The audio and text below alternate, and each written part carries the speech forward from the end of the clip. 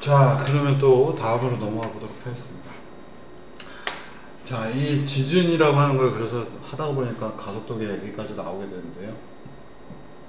그러면 여러분들이 이제 이게 도대체 그 아까도 얘기 드렸던 밑에가 가속도 입력이 들어왔을 때 위쪽에 X하고 Y 두 가지 사이가 얼마만큼 흔들리는지, 밑에는 Y로 흔들리고 위에는 지가 알아서 진자니까 흔들릴 거 아니에요. 그리고 많은 경우에 이제 여러분들이 이게 이렇게 해서 재면 두 가지 사이에 차이가 Z값을 재는 건데 이게 정확할까라고 생각하시는데 이게 굉장히 정확하게 만들 수 있어요. 그래서 우리가 주파수 특성에 대한 것들을 고려를 하게 되면 밑에서 흔들리는 것 대비 위에 상대적인 두 가지 사이에 얼마만큼 아까 이 진자 지기지기지기 하면서 기록하는 거 있잖아요.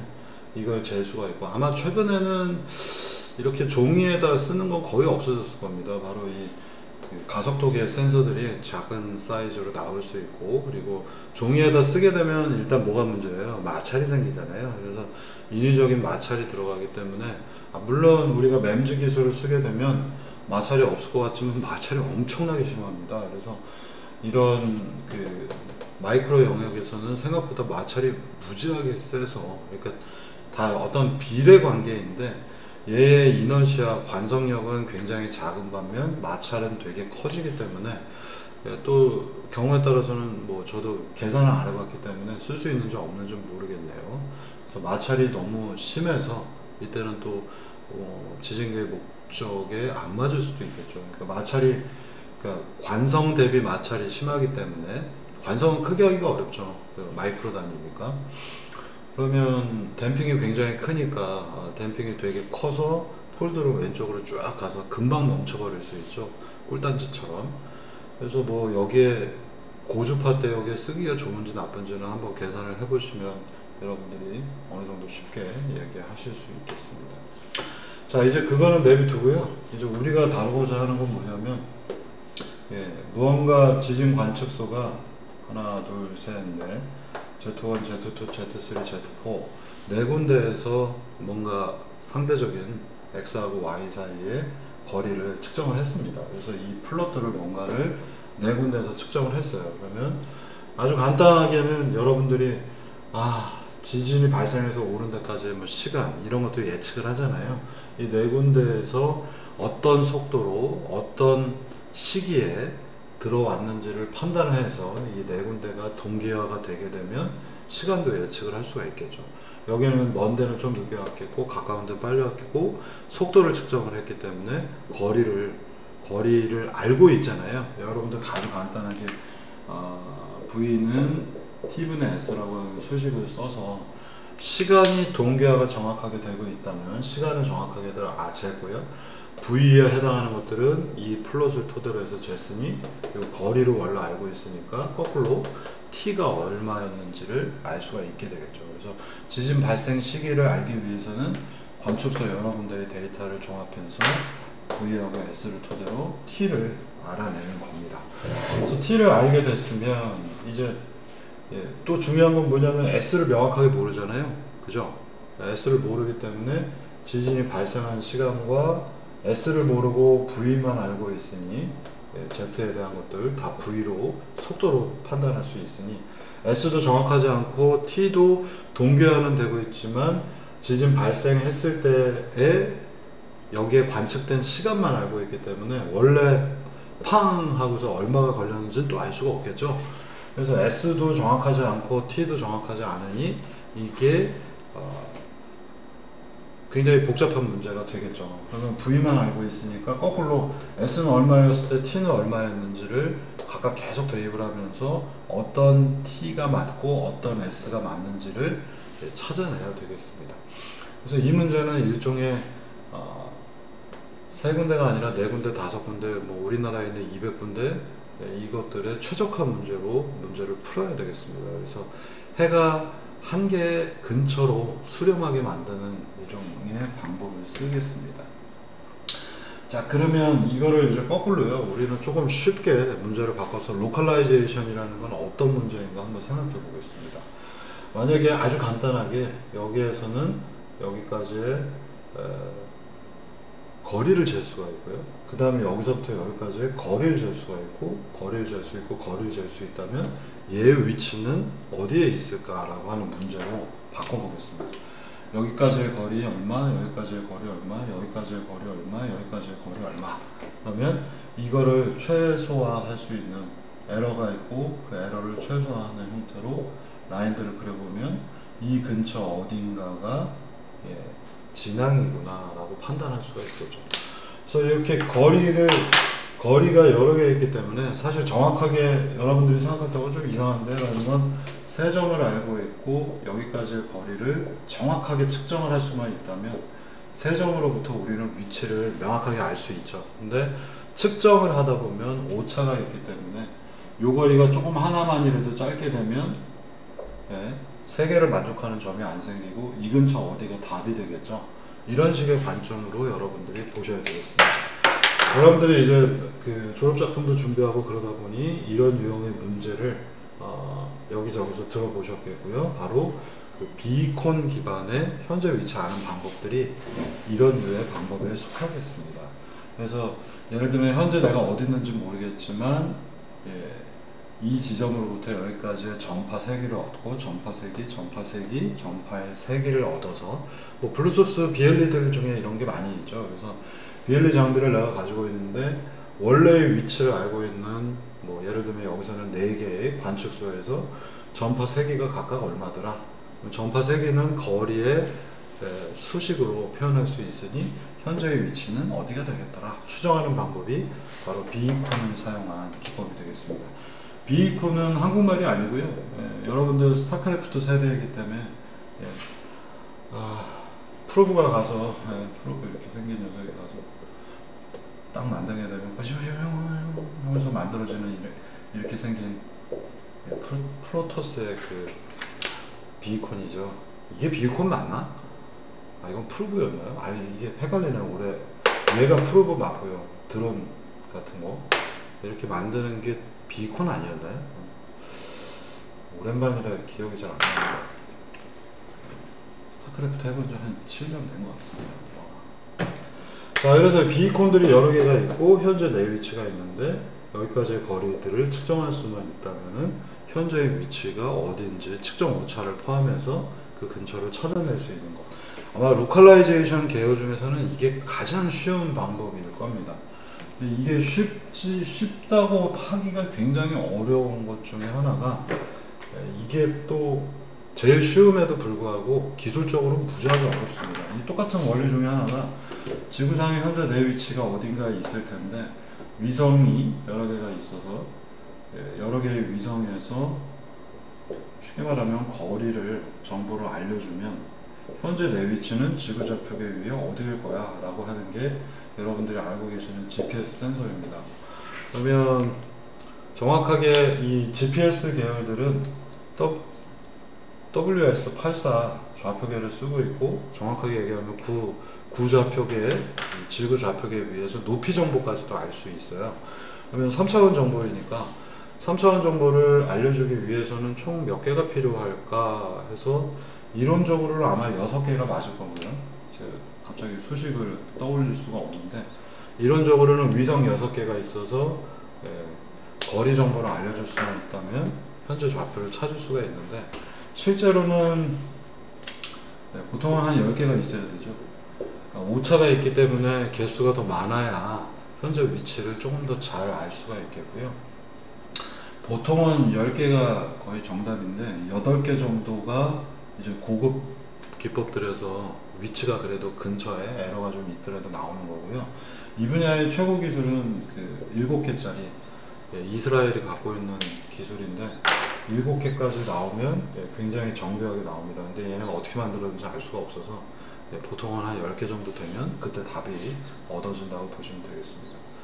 그래서 이런 것들을 풀기 위해서는 이제 그 옵티멀 기법들이 잘 적용이 돼야 되기 때문에 싱귤러 밸류 디컴포지션 같은 고급 툴들이 이 안에 투입이 돼야 되고 각종 보정 기법들이 따로 추가가 돼야 얘네들은 개수를 많게 해서 에러를 줄이는 거고요. 7개는 뭔가 원래 원칙적으로 6개면 되겠지만 여기에 다른 추가적인 보정 기법들이 대거 투입이 돼서 개수를 더 줄이는 겁니다. 그래서 생각보다 이스라엘이 고급 기법들 관련해서 많이 갖고 있습니다. 특허도 많이 갖고 있고, 우리가 잘 알고 있는 뭐 키넥트, 포인트 클라우드 쓰는 것들도 모든 기본 특허들의 거의 대부분을 이스라엘이 갖고 있습니다. 자, 그러면 이거는 이제 이 문제를 풀기 위해서요. 이제 쓸데없는 얘기 이제 그만하고 빨리 끝내고 저도 집에 갈래요. 네. 자, 그러면 원래 포지션을 알고 있는 비콘이 4개가 있고 거리 정보를 알고 있다면 나는 현재 위치를 어떻게 할까? 수식은 굉장히 쉽게 나올 수 있어요. 빨간 점 있는 이 위치를 우리가 X좌표라고 하고요. 어스케이크 바로 이 부분이 되겠습니다. 그 다음에 얘들의 위치를 알고 있어요. X1, X2, X4, X3. 비콘은 움직이는 게 아니기 때문에 비콘은 등대잖아요. 등대. 그래서 등대는 움직이지 않기 때문에 얘네들의 위치는 알고 있어요. 그러면 X에서 X1까지의 거리를 쟀더니 그게 뭔가 이 비율 여기서 구한 Z1의 뭔가의 비율로 표현되고 여기서부터 여기까지 거리 뭐 그냥 귀찮으면 거리로 생각하셔도 좋겠습니다. 거리 정도하고 맞아 떨어지는 X를 찾는 것, 이게 이제 미션이 되겠습니다. 이게 이제 비콘 기반이겠고요. 그럼 우리는 이걸 조금 더 편하게 아주 문제를 심플하게 바꿔서 이렇게 표현을 해보겠습니다. 얘들 여기서부터 여기까지 거리 정보를 Z1이라고 하고 여기서부터 여기까지 거리 정보 Z3, Z4, Z2라고 하고 얘들의 원래 비콘이 있는 위치는 X1, 2, 3, 4라고 하겠습니다. 그러면 깔끔하게 수식이 이렇게 되겠죠. 그러니까 지진을 따질 때는 뭔가 A가 변할 수도 있고 감쇄되는 지표면을 통과하면서 감쇄되는 현상도 있고 종파는 사실 주파수로 이렇게 옆으로 오고 횡파는 이렇게 오잖아요. 그래서 오메가 관련된 것들 종파로 얻어낸 다음에 치환하면 에너지 소비도 적기 때문에 댐핑 코에피션트가 되게 작은 숫자가 여기 아마 좀 많이 없애지 않는 뭔가 숫자가 등장할 겁니다. 그래서 더 복잡하겠지만 그리고 비선형이겠지만 우리는 이 문제를 아주 심플하게 바꿔서 거리가 곧바로 나온다 라고 가정을 하겠습니다. 요것도 이제 되게 사실 무리가 있는 건데 여러분들이 BLE 센서 쓰시면은 전파의 세기만 나올 뿐 거리가 나오지 않습니다. 그래서 전파의 세기를 거리로 바꿔야 되는데 전파는 요만큼 갔을 때와 1m 더 가게 되면 면적이 3승으로 늘어나잖아요. 그죠? 우리가 이렇게 관통을 한다면 빛이 점점점 늘어나면서 퍼지는 우리가 거리상으로는 1차원에서는 2배가 늘어나면 최적으로는 8배가 늘어나기 때문에 전파 세기는 익스포넨셜하게 줄어듭니다. 그래서 거리로 바꾸기가 어렵기 때문에 비콘 가지고 로컬라이제이션 하는 경우에 거의 대부분 잘 안 됩니다. 그리고 전파 세기 자체가 주변에 간섭을 받기 때문에 그래서 비콘 관련해서 뭔가 위치 찾는 거 하면 무조건 하지 말아라 라고 하는 이유들이 대부분 그런 이유 때문에 그렇습니다. 자, 그래서 이제 이퀘이션을 풀고요. 그냥 우리가 거리를 직접적으로 어떤가 뭔가 되게 좋은 방법이 있어서 거리를 알 수 있다면 우리는 x1부터 4번까지 하고 현재 모르고 있는 값 미지수 x하고의 차이를 구해서 이 값이 내가 측정한 값 z1하고 똑같거나 z2하고 같거나 3번하고 같거나 4번하고 같거나 하는 4개의 방정식을 풀어내면 되겠습니다. 자, 그러면 이제 이거는 어떻게 풀면 될까요? 아까도 얘기 드렸지만 이게 조금 의미하는 바가 애매한 게 있어요. 여기 2개가 있고 여기가 내가 찾고자 하는 위치라면 이때는 여기에 있을 수도 있겠죠. 그죠? 그래서 개수가 많으면 많을수록 또 3개가 있으면 비콘 3개가 있으면 이게 거리 정보가 맞을 수도 있고 안 맞을 수도 있죠. 여기 짧잖아요. 그죠? 그러면 요 근방 어디가 되겠죠. 그러면 비콘들이 되게 많이 있다면 무언가 해가 관련된 부분이 또 딱 안 맞으면서 어느 영역으로 좁혀져 들어갈 겁니다. 이런 종류의 문제, 방정식이 미지수 개수보다 많은 경우, 여기 지금 보시는 x 미지수는 x값, x 벡터이기 때문에 x좌표, y좌표 2개만 있으면 알 수 있다는 거죠. 근데 무려 4개가 있기 때문에 미지수는 2개인데 수식은 4개가 되면 미지수보다 수식이 많게 되면 이 문제는 무슨 문제예요? 여러분들 잘 생각하셔야 돼요. known, 우리가 알고 있는 값, 그리고 unknown이 있는데 이 2개가 똑같아야 딱 떨어지는 방정식이 되잖아요. 근데 unknown은 2개밖에 안 되는데 알고 있는 조건들은 뭐 4개가 되더라 라고 하면 이때 이 문제는, 또는 이게 한 개면 어떻게 돼요? 예, 알고 있는 건 하나, 식은 하나인데 미지수는 2개더라. 그러면 해가 무한대죠. 그런데 이게 2개일 때는 유일해가 되겠고, 3개, 4개, 5개, 6개 이렇게 되는 경우에는 얘는 모든 걸 다 만족을 할 수 없기 때문에 에러를 최소화하기 위한 최적화 문제로 바꿔야 되겠습니다. 자, 그러면 이제 이 문제를 최적화로 풀기 위해서 수식을 마저 더 풀어보도록 하겠습니다. 자, 결국 이 문제는 오브젝티브 펑션을 만들어서, 코스트 펑션을 만들어서 최적화를 하는 문제가 되겠습니다. 여러분들 뭐 다른 수업에서도 많이 들으셨던 부분이고요. 간단히 이번에 비기폰이 3개가 있다 라고 가정을 하고 문제를 풀어볼게요. 뭐 3개, 4개, 5개 많아지면 많아질수록 옵티말 기법을 복잡하게 풀 뿐이지 3개만 돼도 옵티말의 시작이니까 딱 맞는 것 같아요. 그래서 좌표는 간단하게 00, 10, 010이라고 놓고요. 자, x, y는 우리가 구해야 되는 미지수입니다. 그러면 x하고 0, y하고 0, 그래서 제곱해가지고 루트 씌우면은 거리 d1이 나오겠죠. 여긴 정확하게 거리로 표현해야 되겠습니다. 그래서 투놈 써가지고 얘네 2개의 제곱, 얘네 2개의 제곱 더해서 루트로 씌우면 d1이 나오게 수식을 이렇게 3개의 방정식을 찾아냈습니다. 이 방정식의 특징을 한번 보세요.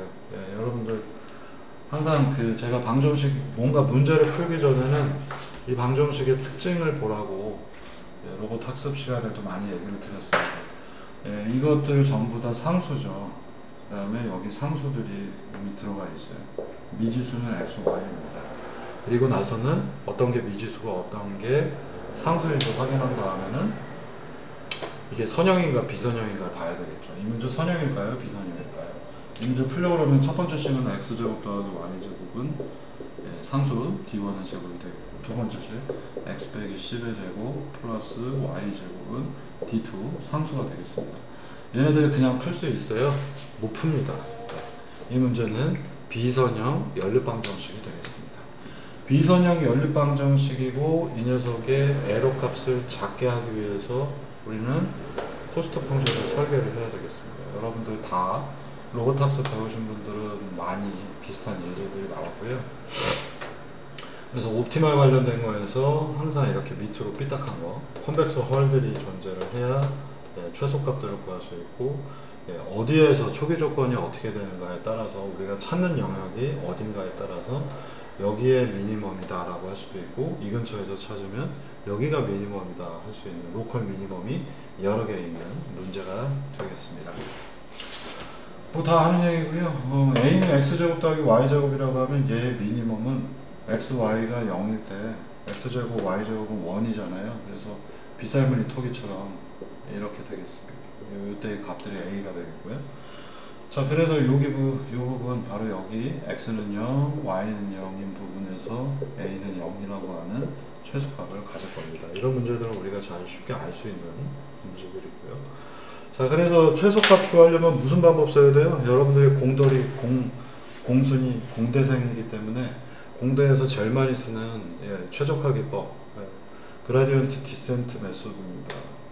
그래서 뭐 한국말로 무슨 비탈길 무슨 반복이라고 하던데 모르겠고요. 그냥 누가 가르쳐줬는데 기억이 안 납니다. 그래서 그라디언트 디센트 다시 한번 확인해 보시면은 뭔가의 펑션이 있는데 f라고 하는 다차원 함수가 있는데 경도 그라디언트를 구합니다. 그러면 x로 미분하고 y로 미분해서 벡터를 얻어내죠. 그래서 x로 미분한 편미분한 거, y로 편미분한 거 생긴 벡터가 나오고, 그 벡터는 표면에서의 수선 수직 방향으로 생기게 되겠습니다. 그래서 아까 우리가 그렸던 x제곱 더하기 y제곱은 이거 진짜 많이 설명했는데, 그죠? 그래서 이렇게 빗살무늬 토기 같이 이렇게 생길 겁니다. 여기가 Z축이라고 하면요. 그러면 경도를 구하게 되면 경도는 x제곱 더하기 y제곱을 x로 한번 편미분하면 2x가 나오겠고요. y로 편미분하면 2y가 나올 겁니다. 그러면 여기 경도 f라고 제가 표현했고, x, y에 0, 0을 대입하면 0, 0. 그래서 0 벡터가 등장하겠고요. 아무짝에도 쓸모가 없죠. 자, 그 다음에 1하고 0 좌표를 대입하면 2하고 0. 그러면 우리가 그림을 한번 그려보세요. 이것도 설명했을 것 같은데 예전에 한번. 예를 들면 여기가 좌표 1이라고 하면 10 좌표죠. 여기가 10 좌표에서 벡터 방향은 2, 0이니까 이쪽을 향하겠습니다. 자, 그리고 마이너스 1, 0, 마이너스 1, 0 좌표 여기라고 치면요. 대입해보면 마이너스 2, 0이니까 벡터는 이쪽을 향하겠죠. 여기도 대입해보겠습니다. 0, 1이 없네. 젠장. 그럼 여기 1, 이 근처. 이 부분 1, 근처에 대입하면 벡터 방향이 이쪽으로 향합니다. 이 주변에 전부 다 대입을 해보시면 벡터 방향이 다 이쪽으로 가요. 이쪽으로 가면 어떻게 돼요? 이렇게 흘러가면 계속 가면서 원이 커지겠고요. 반대 방향으로 안쪽으로 가게 되면 점점점 파고들어서 최소값으로 갈 수밖에 없습니다. 그래서 경도에 마이너스를 붙인 방향으로 움직이겠다는 것이 바로 그라디언트 디센트 메소드가 되겠습니다. 다 아시는 얘기고요. 그래서 그라디언트는 삼각형을 거꾸로 씁니다. 그래서 마이너스 그라디언트 F 방향으로 움직이면 안쪽으로 들어가는 거니까 점점 안쪽으로 들어가서 마지막 최소값에 도달을 하는 겁니다. 그래서 잘 아시는 대로 함수 F가 있으면 그라디언트 곱해서 작은 숫자, 해의 안정성 때문에 알파값 0.1, 0.01, 0.001 집어넣으셔서 부호는 마이너스입니다. 그라디언트 디센트는 내리막을 뜻합니다. 이게 마이너스 방향이라 내려가는 방향이라 그라디언트를 쉽게 말하면 마이너스 방향으로 쓰겠다라는 방법이잖아요. 그래서 이렇게 하시고 x하고 x 모두 값이 얼마만큼 변하는가, 거의 변화가 없으면 멈춘다라고 하시면 문제가 풀리겠습니다. 야, 이건 설명하지 맙시다. 대부분 이 수업까지 오신 분들은 거의 대부분 다 많이 알 거고요. x제곱 y제곱의 경도 구해가지고, 근데 어쨌든 여러분들이 뒤에 있는 걸 이해하시기 위해서는 한번 리마인드는 할 필요는 있습니다. 그래서 f를 경도를 구해서 EXI 더하기 EYJ, I하고 J는 벡터 표시를 하기 위해서 제가 이렇게 붙여놓은 거고요. 그래서 대입해보시면 여기 하나의 사례로 됐고요. 코드상으로 보면 F는 X제곱 더하기 Y제곱인데, 그라디언트 X, 그라디언트 X로 미분한 부분은 EX가 될 거고, Y로 편미분한 부분은 EY라 이 방향 벡터 쪽으로 X는 그라디언트 X 방향으로 이동하고, Y는 그라디언트 Y 방향 마이너스 알파 붙여서 이동하면 XY는 답이 나오더라. 그래서 찍어보시면은 뭐 매트랩으로 테스트 GD 돌려보시면 답은 나오겠습니다. 오늘 그 전반부에 숙제를 설명을 하면서부터 오늘 제가 수업 시간 조절을 좀 잘 못하고 있네요. 그래서 FL에 액추얼에 폴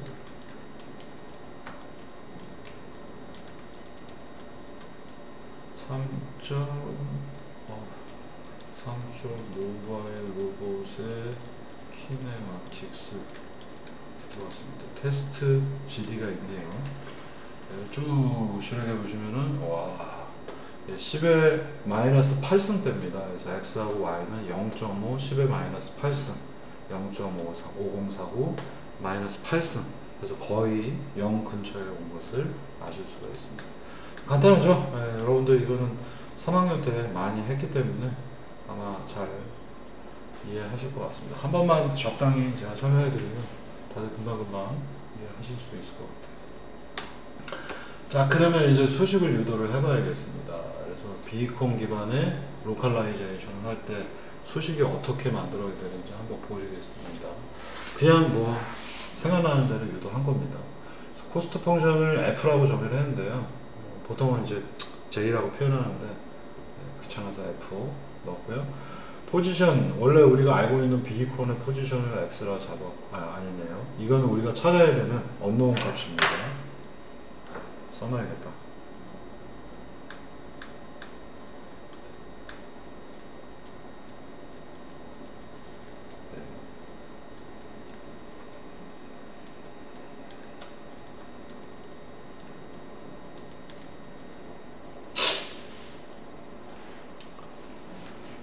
나와라. x는 모르고 있는 포지션이고요. bi는 비콘이라 제가 이름을 b라고 적고 얘들의 포지션 벡터가 되겠습니다. 그리고 거리는 di라고 잡았어요. 그래서 x에서부터 bi까지 거리. 그래서 전체 제곱으로 표현을 해놨습니다. 자, 그러면 이제 코스트 펑션 f는 어떻게 될까요? 에러를 줄여야 되는 거죠. 내가 현재 위치가 여기 그림을 보세요. 여기가 b콘 1이 되겠고 현재 내 위치가 있는데 이 거리는 d1일 것이다 라고 얘기를 했습니다. 그러면 에러는 뭐냐? x하고 b1의 거리에서 d1 바로 여기까지의 거리를 두 개를 빼서 그러면 플러스 마이너스가 생기니까 다시 제곱을 붙였죠. 여러분들 전형적인 에러 제곱의 예하고 똑같습니다. 이 부분이 에러가 되겠고 바깥에다 제곱을 해준 거죠. 그럼 이제 이거 그냥 풀기만 하시면 되죠. 풀어놓으면은 벌써 이게 제곱이 붙어 있고 바깥에 제곱이 있으니까 4승대가 등장을 하는 잘 구하기 쉽지 않은 수직이고요. 자, 그러면 얘를 여기 제곱이고 바깥에 제곱이 있기 때문에 예를 들어서 여러분들이 옛날에 리그레션 기법 했던 것처럼 라운드 A분의 라운드 J, 라운드 B분의 라운드 J 해서 Y는 AX 더하기 B, 리니어 리그레션에서 A, B 찾는 거 했었잖아요. 이렇게는 풀 수가 없겠죠. 이 문제는 X, Y에 대해서 편미분을 해보시면은 나오는 방정식이 선형이 아닙니다. 그렇기 때문에 얘는 비선형이고 비선형 문제고 굳이 이걸 뉴턴 랩스는 안 쓰고 그냥 코스트 펑션으로 그라디언트 디센트 메소드로 찾는 것이 좋겠습니다. 그러면 이제 분해를 해볼까요? 도대체 어떻게 분해? 그냥 이 상태에서 제가 분해하지 않고 경도를 구했네요. x로 미분하면 이 안에 x, y가 같이 있을 테니 이걸 편미분을 하려면 왜 이렇게 눈에 안 들어오냐? 요 녀석 바깥에 있는 거를 한번 라운드 x분의 라운드 x 빼기 b 제곱 빼기 d의 제곱의 제곱 이렇게 된 거니까 페이지가 좁네. 한번 미분하면 2가 앞으로 나오겠고요. 이 안에 있는 거 그대로 내려오겠고 이제 안쪽을 편미분해야 되겠죠. 그럼 요 녀석 미분하니까 또 2가 나오고 x 여기 이제 괄호로 바꿔도 되겠죠. 2x 빼기 b x b의 x좌표와 y좌표가 있을 텐데 x로 편미분하고 있으니까 이렇게 봐야 되겠고 여기 맞아. 설명하기 어려워서 애매해서 제가 페이지 하나 할당해서 풀고 가겠습니다. 안 풀고 가려고 그랬는데 펑션 f는 시그마 붙어 있고요. i x 벡터 빼기 b 벡터 제곱 빼기 d i의 제곱 이렇게 수식이 되겠습니다. 한번 xy로는 풀어놓고 시작을 하는 게 낫겠습니다. x 빼기 b x ix 제곱 더하기 y 빼기 b iy의 제곱 끝나죠. 빼기 di의 제곱 얘의 제곱이라고 하는 수식이 나왔습니다. 펜이 잘 안 나오네. 중간에 끊을 수가 없어요. 자, x로 편미분을 하면 앞에 2가 내려올 거고 그대로 있고 이제 이 안쪽을 편미분 해야 되겠죠. x로 편미분하니까 2x 빼기 bix 얘는 y만 있으니까 0되고 얘도 상수잖아요. di 0돼서 이렇게 수식이 나왔습니다. 자, f는 이렇게 시그마 붙고요. 시그마가 붙어 이렇게 되겠고 x, f 이렇게 나오고 있어요. 얘가 앞으로 나와서 숫자 4가 생긴 겁니다. y로 편미분을 하는 것도 거의 똑같겠죠. 그러면 여기 시그마 4 똑같은 수식 얘를 y로 편미분하면 없어지고 얘도 없어지고 이 부분만 풀려서 y 빼기 b i y가 등장하겠습니다. 자, 이렇게 된 게 편미분한 결과이고 경도 그라디언트 잘 보이나 모르겠습니다. 네, 잘 보이네요. 자, 요거를 제가 축약시켜서 써놓은 게 여기 이런 식으로 써놨습니다. 아휴, 좋아요. 그래서 앞부분은 그대로 요 녀석의 제곱이 2로 나왔고 그대로 썼고요. 여기도 2 나오고 여기도 2 나오니까 여기에 써야 되는데 틀린 거 하나 있네요. IJ 표현을 좀 잘못 썼네요.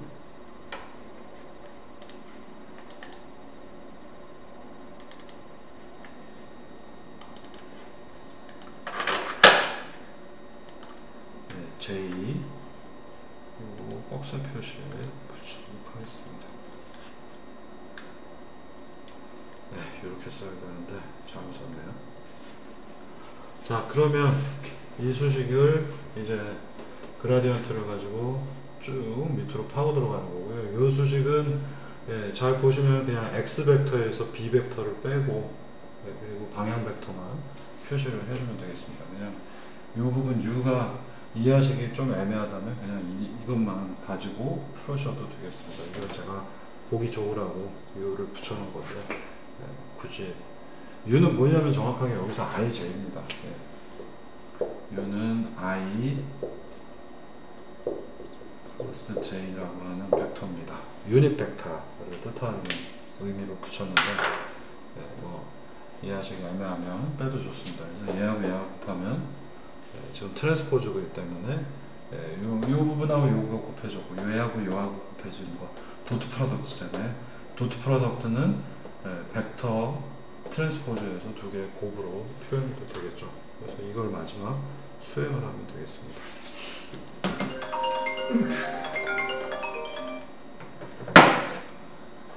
자, 그러면 이제 마무리 단계로 넘어가 보겠습니다. 여기 예제에서 테스트 B라고 하는 예제가 있고요. 이제 이거를 그대로 수행을 해보겠습니다. 그래서 테스트 B에서 B콘을 찾아 들어가는 거. B콘의 위치는 공공좌표 11, 0, 10, 11, 0, 10이 되겠고요. 우리는 실제 알고 있는 값은 4하고 8인데 이거는 지금 모르는 거고 개수 값은 5, 5부터 시작을 해서 파고 들어가 보겠습니다. 여기 리피터티브 매트릭스는 매트랩에서 행렬을 특정한 값들로 채우는 기능입니다. 평소에 저도 잘 안 쓰는데 한번 보시겠습니다. 이름은 테스트 B고요. 지금 x는 00에서부터 개수값이 5인데 제가 개수값을 딴 걸로 했나봐요.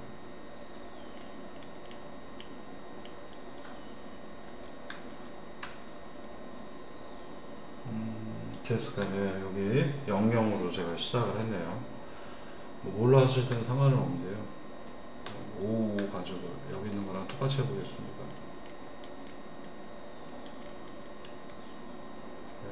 여기 보시면 5에서 시작을 했고 48로 가는지 확인해 볼게요.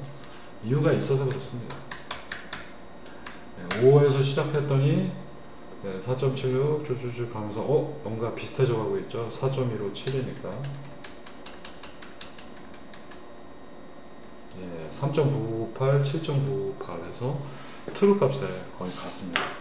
이게 전 데이터가 이렇게 4개 있고 요 근처에서 시작해서 이렇게 해서 우리가 찾고자 하는 지점까지 잘 파고 들어왔습니다. 이 방법은 지금 비이콘이 4개밖에 없기 때문에 초기 값을 다른 데로 하게 되면 값이 잘 안 나옵니다. 0에 0으로 해놓고 한번 해볼게요. 아까 보셨던 게 00에서부터 시작을 하면 오이씨 잘 나오네. 3.99, 7.99, 83 꽤 잘 나옵니다. 다른 데서 해볼까요? 마이너스 10에 0 4개라서 잘 나오나 보다.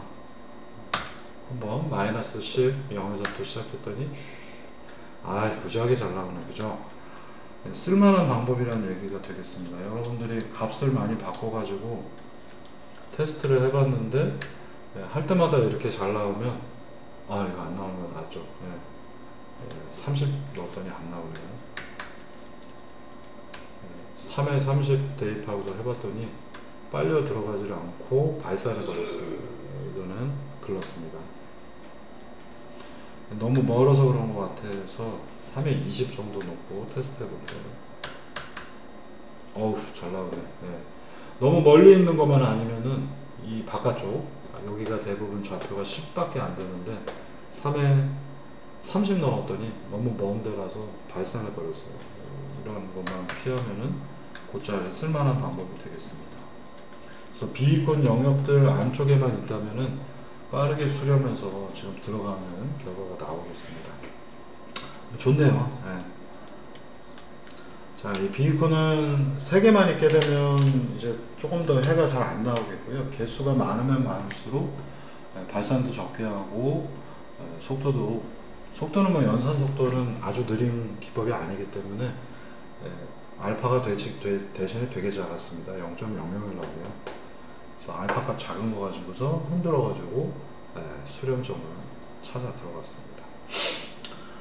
자, 그럼 이제 마무리 단계로 가볼까요? 예, 여러분들은 뭐 그라디언트 디센트 방법은 너무 많이 써왔고요. 그리고 로봇 학습 시간에 많이 배웠기 때문에 어렵지 않을 겁니다. 그래서 이 비이콘 기반 학습화 기법, 그 비이콘 기반 로컬라이제이션 기법은 비이콘에서부터의 거리만 알 수 있다면 꽤 쓸만한 간단한 수렴 방식으로 수렴을 한다는 거 아실 수 있겠습니다.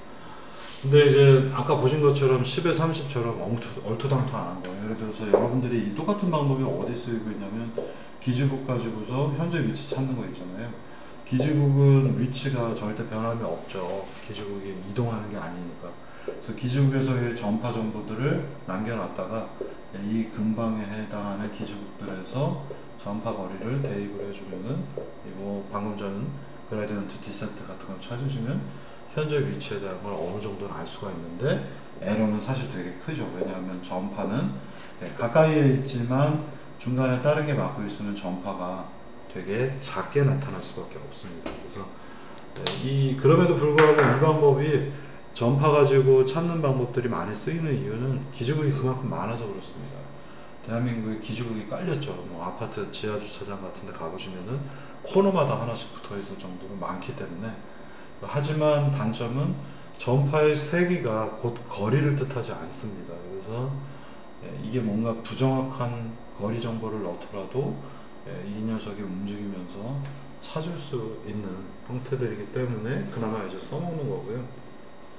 어쨌든 이 비이콘은 거리만 정확하게 알 수 있다면은 아주 간단하게 해볼 수 있는 로컬라이제이션 기법 중에 하나입니다만, 전파 가지고 하는 것들이 특히나 BLE는 전파가 약해서 거의 성공 사례들이 그러니까 실용적으로 쓴 사례들이 많지가 않아요. 그래서 병원 같은 데도 전파 간섭이 굉장히 심해서 전에 한번 써봤는데 제대로 안 돼서 포기했었습니다. 그래서 와이파이를 쓰기도 하는데 와이파이도 생각보다 전파 간섭이 심하죠. 그러니까 이게 헤르츠가 높으면 높을수록 에너지가 세지기 때문에 여러분들 헤르츠가 높으면 에너지가 세다의 대표적인 예는 전자레인지 생각하시면 됩니다. 그래서 고주파로 쏴주면은 마이크로웨이브로 지져버리는 거죠. 그래서 해외 쪽에서 한참은 그 전자파 높은 걸 이용을 해서 지져버리는 무기들 생각보다 많이 만들어져 있습니다. 그게 이제 지지는 용도도 있지만 일단 사람하고 맞아 떨어지면서 사람한테 되게 안 좋은 영향을 줍니다. 그래서 많은 사례가 있고 실제로 전자파 무기들은 이미 제가 듣기로는 90년대 중반에 이미 대부분 다 만들어져 있습니다. 굉장히 많은 것들이 있고요.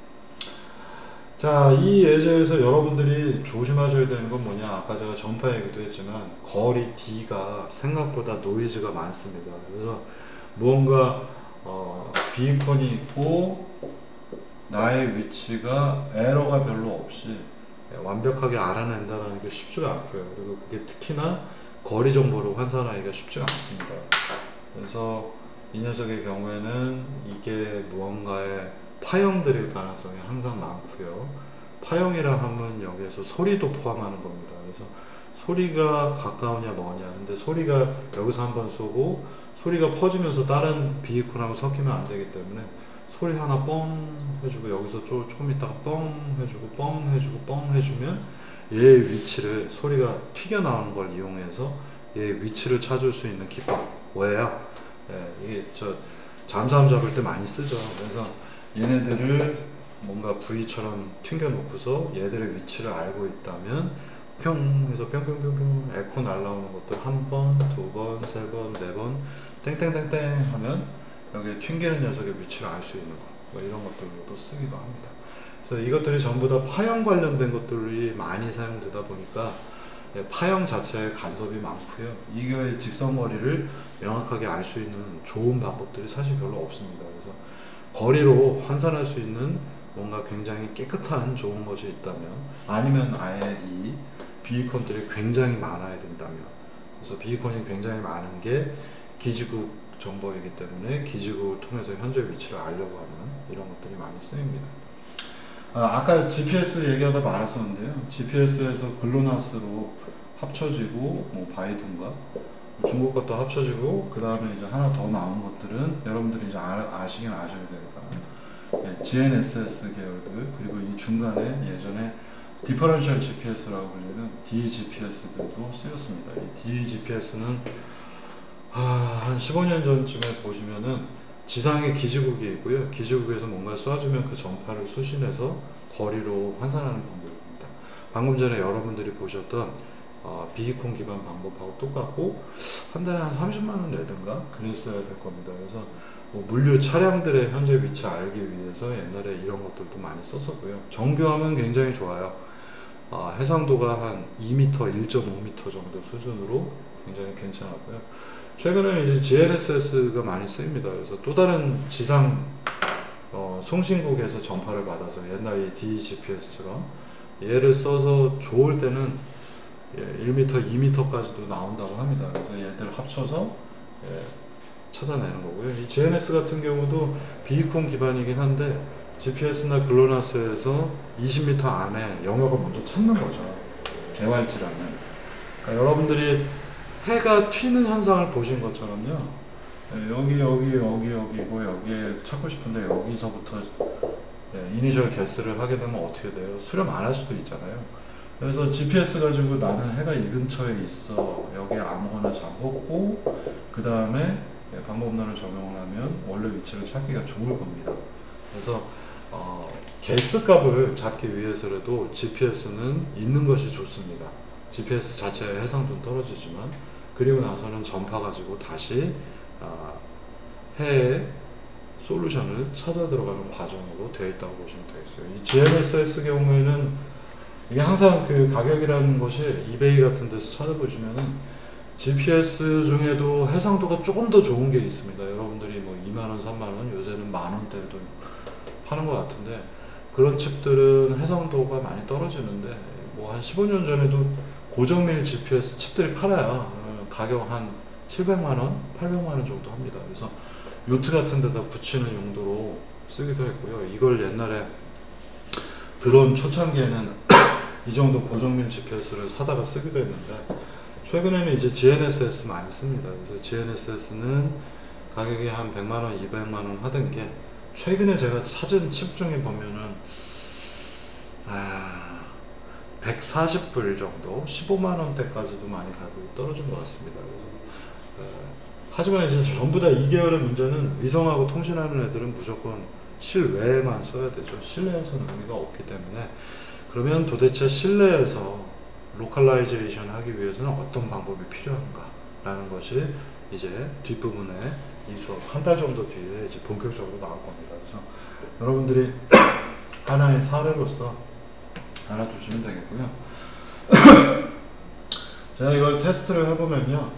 비이콘이 4개 있을 때하고 5개 있을 때 간단한 한두 번의 테스트만 해봅니다. 그러면 노이즈를 섞어 넣었어요. 일부러. 그래서 거리 정보가 노이즈가 섞여 있고요. 비이콘의 위치도 노이즈가 섞여 있는 사례입니다. 그래서 비이콘과 거리 정보의 전부 다 비이콘은 그래도 고정되어 있는데 고정되어 있음에도 불구하고 비이콘에도 노이즈를 섞어보고 그 다음에 거리 정보에도 노이즈를 섞어보면 4개 있을 때하고 5개 있을 때의 에러를 마지막에 비교해 보시면요 4개 있을 때가 0.3 나오고 5개 있을 때가 0.2 나왔습니다. 개수가 많으면 많을수록 노이즈가 많은 경우에 유리하다는 얘기입니다. 그래서 우리는 측정을 한 데이터가 많으면 많을수록 비컨이 예를 들면 여기 내 위치가 있는데 이렇게 많이 있으면 현재 나의 위치의 에러는 대폭 줄어들 겁니다. 그래서 관측된 결과가 굉장히 많았으면 현재의 위치를 찾는데 훨씬 도움이 되더라 라는 컨셉이 등장을 한 거고요. 레이저 스캐너를 써서 많이 관측을 하게 되면 에러를 조금 더 많이 줄일 수 있습니다. 그래서 예전에 레이저 스캐너는 거리를 곧바로 알 수 있기 때문에 해상도가 예전에 1도에 1개 정도였었는데 최근에는 다 0.5도에 1개씩 잴 수 있어서 예를 들면 한 바퀴 돌면 360개 정도밖에 옛날에 데이터가 없었는데 최근에 2배 늘려서 720개까지 나오고 있습니다. 그래서 센서 측정 결과가 많으면 노이즈가 있다 하더라도 에러를 줄일 수 있다는 것을 기본적으로 여러분들이 아셔야 됩니다. 여러 번 관측을 하면 우리가 어떤 것의 길이를 재는데 여러 번 재게 되면 얘의 에러가 줄어들 수밖에 없어요. 그래서 관측량을 늘리는 것들이 굉장히 중요하다라는 컨셉 하나를 여기서 여러분들이 배우시고 넘어가겠습니다. 수고들 하셨고요. 오늘 수업은 여기서 마치도록 하겠습니다. 이거 숙제들 마지막에 다 체크할 거니까 바퀴 굴러가는 거 열심히 해보시기 바랍니다. 수고들 했습니다.